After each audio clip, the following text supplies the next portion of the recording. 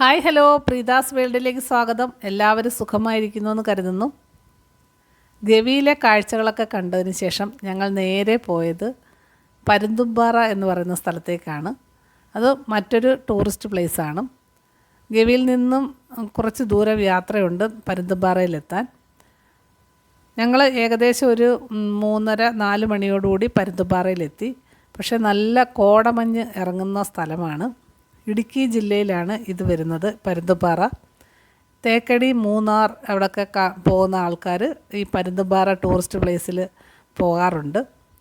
എപ്പോഴും കോടമഞ്ഞ് ഇറങ്ങുന്ന ഒരു സ്ഥലമാണ്. ഇതിപ്പോൾ ഒരു 3:30-4 മണി സമയത്തെ കോടമഞ്ഞാണ് കാണുന്നത്. നമ്മളിങ്ങനെ പോകുന്ന വഴിക്ക് തന്നെ മഞ്ഞ് ഇങ്ങനെ ഇറങ്ങി നിൽക്കുന്നത് കാണാൻ കഴിയും. അതുപോലെ വളരെ മനോഹരമായ കാഴ്ചകളൊക്കെയാണ് അവിടെ കാണാൻ പറ്റുന്നത്. നല്ലൊരു ടൂറിസ്റ്റ് പ്ലേസാണ് ഈ പരുന്തുംപാറ.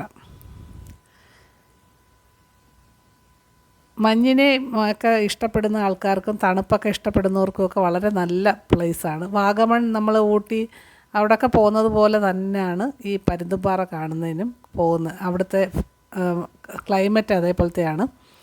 പിന്നെ അവിടെ ഒരുപാട് ട്രെക്കിംഗ് ഒക്കെ ഇഷ്ടപ്പെടുന്ന ആൾക്കാർക്ക് വളരെ നല്ലതാണ്. എല്ലാം കുന്നും മലകളും, അതേപോലെ ഒരു മലയിൽ നിന്ന് അപ്പുറത്തെ മലയിലോട്ട് പോകുന്നതും, അതുപോലെ സൂയിസൈഡ് പോയിൻ്റ്, പിന്നെ പരുന്തുംപാറ എന്ന് പറയാൻ തന്നെ അവിടെ കാരണമുണ്ട്. പരുന്തിൻ്റെ ആകൃതിയിലുള്ളൊരു പാറയുണ്ട് ഇവിടെ. അത് കുറച്ച് ദൂരം അങ്ങ് കയറി ചെന്നിട്ട് വേണം അത് കാണാൻ. നല്ല മഞ്ഞായിരുന്നതുകൊണ്ട് ഞങ്ങൾ അങ്ങോട്ട് പോയിട്ട് പെട്ടെന്നൊരു ഫോട്ടോ മാത്രം എടുത്തിട്ട് തിരിച്ചു പോരുന്നു. ഫോട്ടോ ഞാനിതിൽ കാണിക്കാം.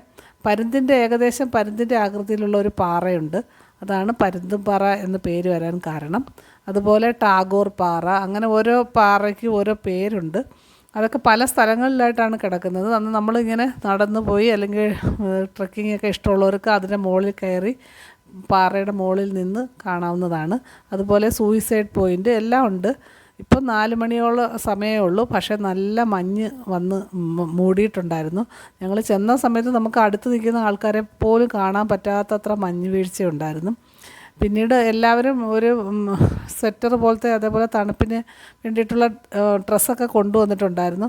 ആദ്യമൊക്കെ അത് എടുക്കണ്ടെന്ന് കരുതി എല്ലാവരും അവിടെയൊക്കെ നിന്ന് ഫോട്ടോയൊക്കെ എടുത്തുകൊണ്ട് ഇരുന്നു.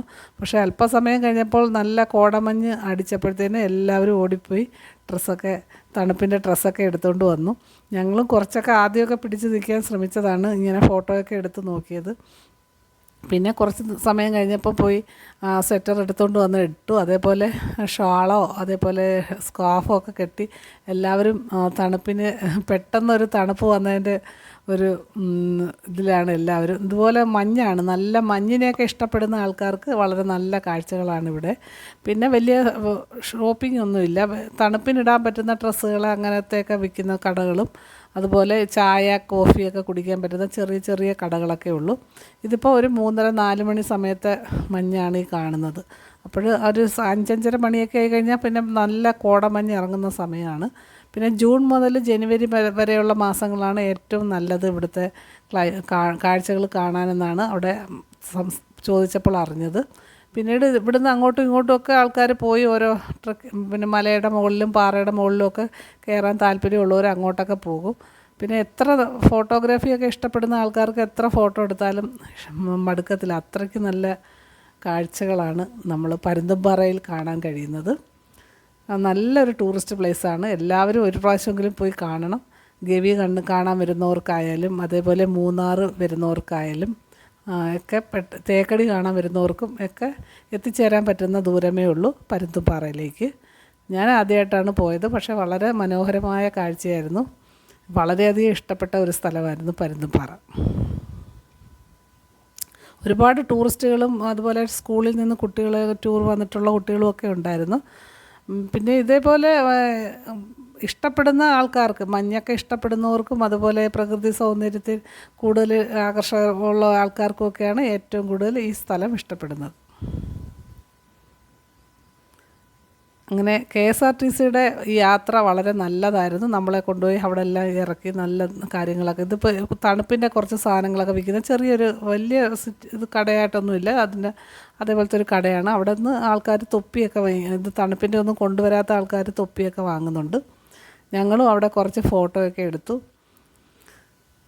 തണുപ്പിൻ്റെ ഫോട്ടോ. ഇതാണ് പരുന്തുംപാറ. കണ്ടോ, ഇതിൻ്റെ ഫോട്ടോ മാത്രം എടുത്തിട്ട് പോകുന്നത്. അടുത്തോട്ട് ഒന്നും ഫോട്ടോ എടുക്കാനൊന്നും. പിന്നെ ബസ്സിനകത്തെ തകർപ്പാണ് കാണുന്നത്. എന്നിട്ട് ഞങ്ങൾ അവിടുന്ന് 5 മണിയോടുകൂടി തിരിച്ചു. അങ്ങനെ ബസ്സിനകത്ത് എല്ലാവരും കൂടെ പാട്ടൊക്കെ പാടുന്നതാണിത്.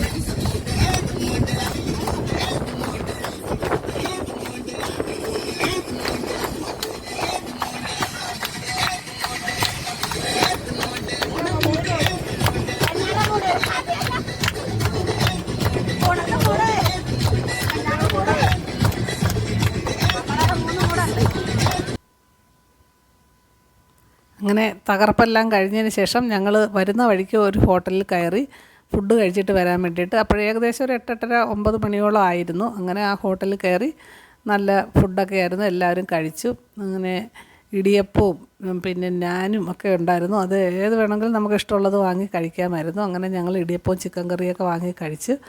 എന്തായാലും വളരെ മനോഹരമായ യാത്രയായിരുന്നു KSRTCയുടെ ഉല്ലാസയാത്ര. പേര് പോലെ തന്നെ ഉല്ലാസയാത്ര തന്നെ ആയിരുന്നു. ഇനിയും